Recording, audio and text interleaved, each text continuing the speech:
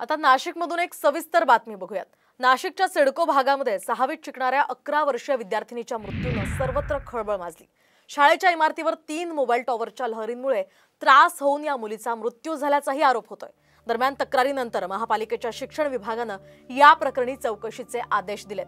पाहूयात या संदर्भातला एक सविस्तर रिपोर्ट। शाळा उठली विद्यार्थ्यांच्या जीवावर।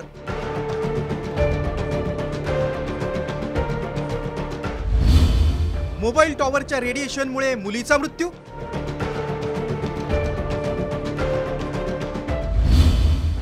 शाळा इमारतीवरील 3 टॉवर हटवण्याची मागणी। मोबाईल टॉवरच्या रेडिएशनमुळे मानवी आरोग्यावर परिणाम होत असल्याची नेहमी चर्चा होते। त्यामुळेच नागरी वस्तीत हे टॉवर उभारण्यासाठी अनेकदा विरोध होतो। नाशिकच्या सिडकोच्या उपेंद्रनगर येथील एका घटनेनं पुन्हा एकदा टॉवरमधील रेडिएशनचा मुद्दा ऐरणीवर आलाय। सिडकोतील रुद्र शाळेच्या इमारतीवर 3 मोबाईल टॉवर आहेत। टॉवरच्या लहरींमुळे विद्यार्थ्यांच्या आरोग्यावर परिणाम होत असल्याचा आरोप पालकांनी साम टीव्हीशी संवाद साधताना केलाय। शाळा प्रशासनाला याबाबत तक्रार देऊनही कारवाई न झाल्यानं अनेक पालकांनी आपल्या पाल्याची शाळा बदलली। मी पालकांनाही त्यावेळेस आवाहन केलं होतं की असा रेडिएशनमुळे असा विद्यार्थीवर परिणाम होऊ शकतो, पण तरी पालकांनी जास्त मनावर घेतलं नाही आणि शालेय प्रशासनानेही मनावर घेतलं नाही। म्हणून मी माझे ॲडमिशन त्या शाळेतून काढून घेतले व दुसऱ्या शाळेत आमच्या पाल्याला टाकले। शहरातील उंटवाडी परिसरातील जगतापनगर येथील दिव्या त्रिपाठी ही विद्यार्थिनी सकाळी शाळेत आली असतानाच तिची प्रकृती बिघडली। शिक्षकांनी तत्काळ दिव्याला रुग्णालयात नेले, मात्र डॉक्टरांनी मृत घोषित केलं। व्हिसेरा अहवाल आल्यानंतर मृत्यूचं कारण स्पष्ट होणार आहे। दरम्यान या प्रश्नावरून आंदोलनाचा इशारा स्थानिक कार्यकर्त्यांनी दिलाय। शाळेच्या बिल्डिंगवर असणारे टॉवर आणि ही जी हाय टेन्शन वायर इथून गेलेली त्याच्यामुळे येणाऱ्या विद्यार्थ्यांना सुद्धा याच्यापासून धोका आहे। आमचं म्हणणं हेच आहे, एक तर ही शाळा इथून स्थलांतरित करा किंवा या शाळेवरचे टॉवर हे हाय टेन्शन हे तरी हटवा। राष्ट्रवादी विद्यार्थी काँग्रेस शरदचंद्र पवार पक्षाच्या वतीने या शाळेच्या गेट समोर एक मोठ्या प्रमाणात ठिय्या आंदोलन आम्ही उभारणार आहोत। मोबाईल टॉवर लहरींवरून अनेक मतमतांतरे आहेत।